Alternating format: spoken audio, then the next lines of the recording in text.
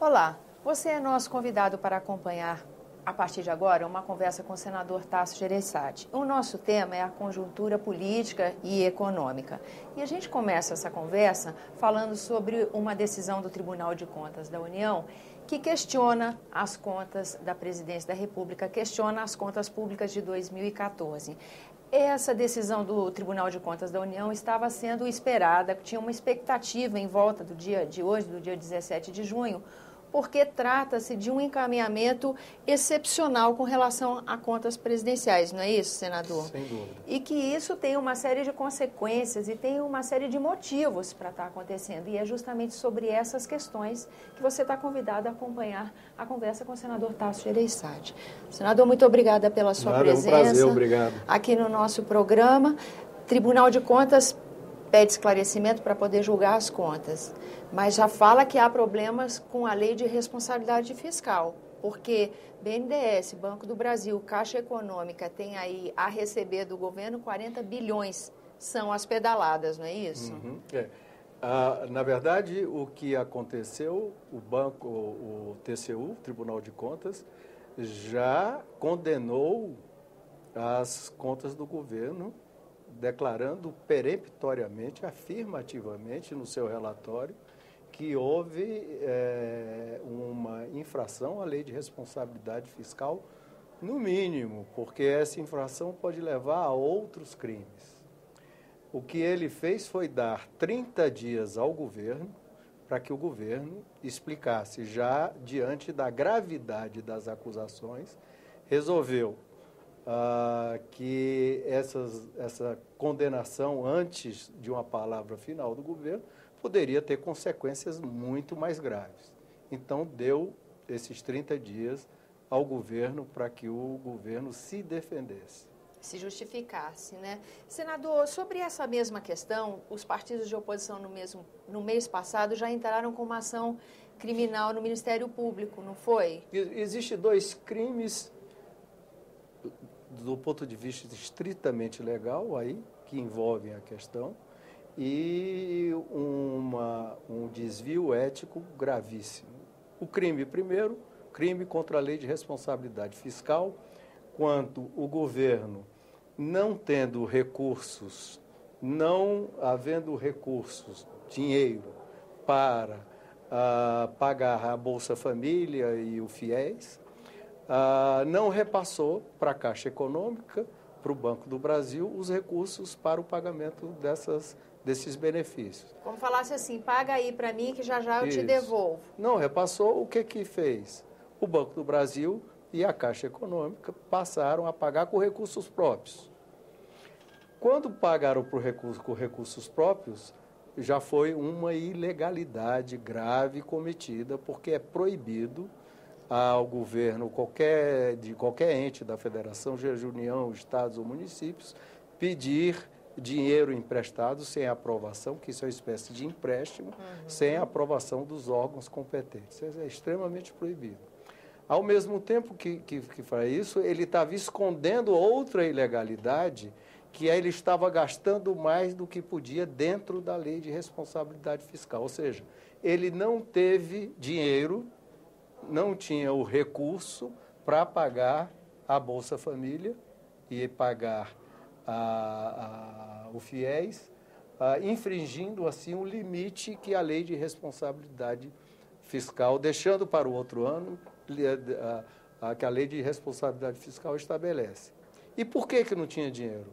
Porque resolveu gastar muito mais do que podia, e aí entra o desvio ético, para ganhar a eleição, no ano eleitoral, para ganhar a eleição. Então, é uma porção de crimes graves que o tribunal já reconheceu que teve, reconheceu não, certificou que teve tecnicamente, e diante da gravidade resolveu dar um tempo para que houvesse a possibilidade que alguma coisa fosse explicado pelo presidente da República. E esse é um passo apenas, porque o Congresso Nacional também vai ter que se manifestar sobre o mesmo assunto, não é assim? Claro. Passados esses 30 dias, o tribunal, rejeitando as contas do governo, ou vem para o Congresso Nacional, que vai ter que se pronunciar sobre o artigo. E aí, pelo crime, pela rejeição das contas. E aí, sim, a presidente pode estar incidindo em crime de responsabilidade. E aí começam as consequências políticas também dessa questão. Consequências políticas, sem dúvida nenhuma. Senador, isso é uma coisa inédita, né? É um momento inédito da nossa democracia que a gente está vivendo agora, mas esse é um primeiro passo.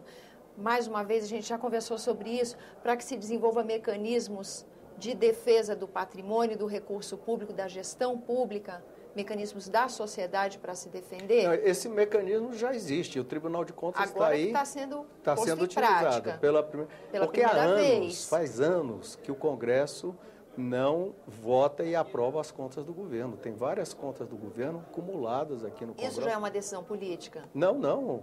Isso o Congresso legalmente já deveria ter votado e aprovado. Mas não se manifestar é uma decisão política? Não, ninguém sabe por que. Eu não estava aqui nos últimos anos, não sei por que não se manifestou. Mas é uma omissão grave do Congresso, sem dúvida nenhuma. É uma omissão também. Que é uma omissão também. E diante disso, o que é inédito, mas tem tanta coisa de inédita acontecendo nos últimos anos aqui no governo, principalmente aparecendo agora, porque é a primeira vez que o TCU, relatório, condena e rejeita as contas do governo oficialmente. Ou seja, a condução daqui para frente também tem que ser cuidado. Isso, repercussões para o país, para a economia do país, para a vida do... É bem grave, né, senador? Eu acho que para a economia do país, não. A rejeição pode até ser boa, porque um dos receios que se tem com a rejeição é que as agências internacionais baixem a nota do Brasil, aumentando os juros e as dificuldades de crédito do Brasil. Mas eu acho que não. Ao rejeitar as contas, ao serem rejeitadas as contas pelo TCU, vai mostrar às agências internacionais que aqui no Brasil existem instituições de controle, instituições fortes e independentes. Credibilidade. O que dá mais credibilidade. Limpa um pouco essa imagem do desvio de recursos que a gente teve com a Sem controle, sem visão, existem organismos de controle que estão funcionando. Ressarcimento de cofres públicos. Isso é um horizonte, porque assim, quando se fala, por exemplo, nessas contas a ver com o Banco do Brasil, o BNDES, Caixa Econômica, 40 bilhões, as consequências para a sociedade vai ter que pagar. Como é que é isso? Que tipo de prejuízo é esse e como é que a gente pode se defender disso? Aí não teria necessariamente ainda um caso de ressarcimento de dinheiro público, porque o que existe é uma série de intercâmbio de recursos entre vários órgãos do governo, instituições de capital misto, como é o caso do Banco do Brasil, por exemplo, que estavam emprestando dinheiro à União sem que a União tivesse direito a esse dinheiro emprestado. As consequências jurídicas, políticas depois disso aí a Justiça é que vai ter que decidir.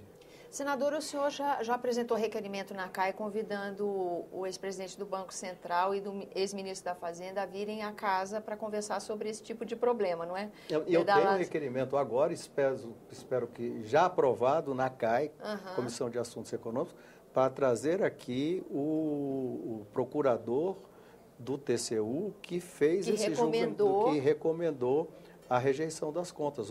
Tanto o procurador quanto o auditor que fez a verificação das contas. Ele já foi aprovado e nós estamos aguardando aí uma decisão do presidente Delcídio junto a esses convidados que dia virão. Espero que já seja na próxima semana. E qual é a expectativa da CAI nesse trabalho? É que eles venham aqui e esclareçam, coloque assim com toda a transparência quais são esses movimentos que eles colocaram, como eles chegaram lá, e até algumas das consequências que, por acaso, nós aqui do Parlamento não estejamos enxergando.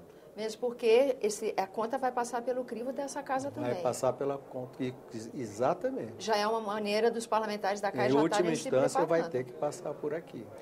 É um momento delicado, né, senador? Eu agradeço a sua presença. Vamos ficar aqui na expectativa. Espero que na próxima semana você já possa estar vendo na CAI essa discussão. Pronto, e depois da discussão na CAI, a gente espera que o senhor esteja aqui conosco para conversar sobre o assunto. Agradeço a sua presença, senador.